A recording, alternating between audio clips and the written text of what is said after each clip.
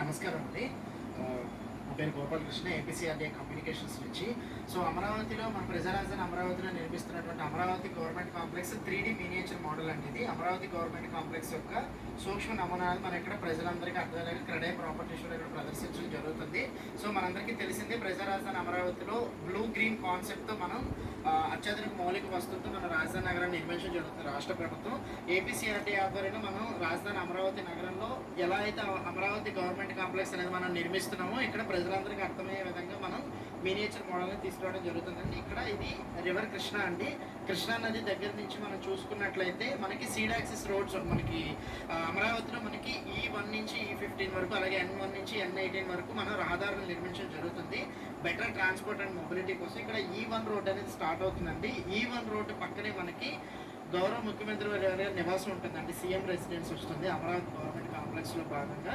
So అలాగే లోక్ భవన్ అంటామండి, గతంలో దాన్ని రాజ్ భవన్గా వ్యవహరించే వాళ్ళము, ఇప్పుడు మనం లోక్ భవన్గా వ్యవహరిస్తున్నాము. అక్కడ గవర్నర్ గారి నివాసం ఉంటుందండి. సో రాజధాని అమరావతిలో అమరావతి గవర్నమెంట్ కాంప్లెక్స్ యొక్క సూక్ష్మ నమూనా అండి ఇది.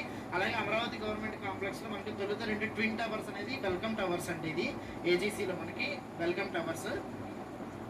దాని తర్వాత చూసుకున్నట్లయితే మనకి E2 రోడ్డు పక్కనే సెంట్రల్ పబ్లిక్ వర్క్స్ డిపార్ట్మెంట్ కేంద్ర ప్రభుత్వ సంస్థ, వారికి మనకు ల్యాండ్ కేటాయించడం జరుగుతుందండి.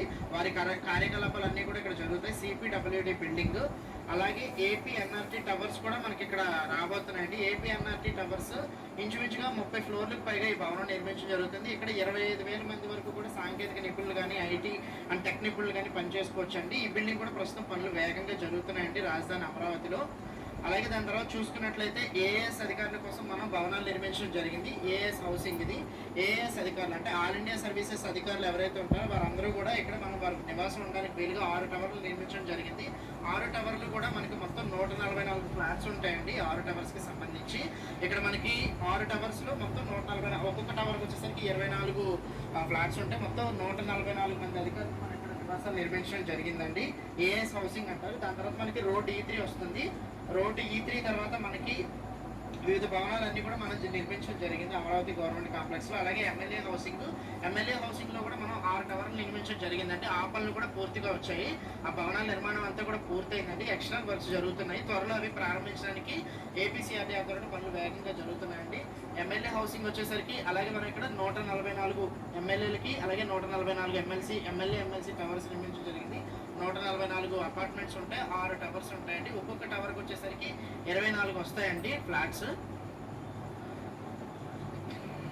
అలాగే ఆ రాజధాని అమరావతిలో మనం ఆల్ ఇండియా సర్వీసెస్ సంబంధించి ప్రిన్సిపల్ సెక్రటరీస్ ఉంటారు, ప్రిన్సిపల్ కార్యదర్శులు ఉంటారు. వారికి కూడా మనం భవనాలు నిర్మించడం జరిగింది. ప్రిన్సిపల్ సెక్రటరీస్ 25 టవర్స్ బంగ్లాస్ నిర్మించడం జరిగింది.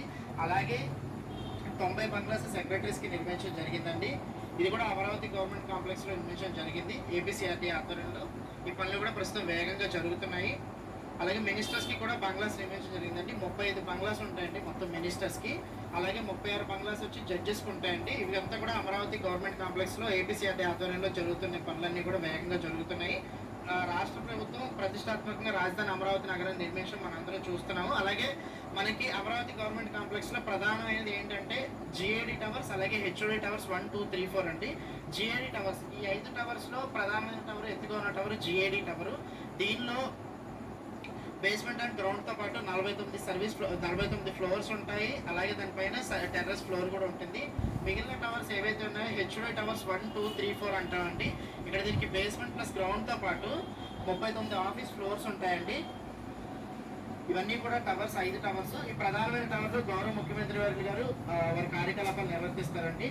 ఈ HOD టవర్స్, GAD టవర్స్ అనే ప్రస్తుతం పనులు వేగంగా జరుగుతున్నాయి. అలాగే మరొక ముఖ్యమైనటువంటిది పరిపాలన భవనం ఏంటంటే అసెంబ్లీ అండి.